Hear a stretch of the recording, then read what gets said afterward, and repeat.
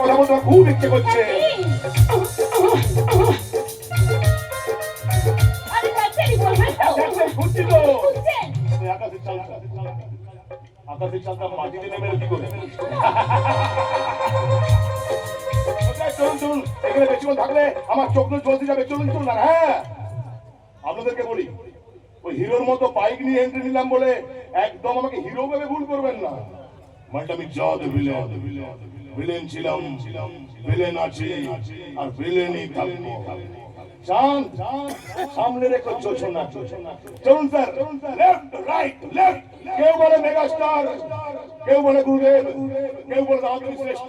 আমি বলি না রে ভাই, আমি তোদের চন্দ্রপুরের কেষ্ট।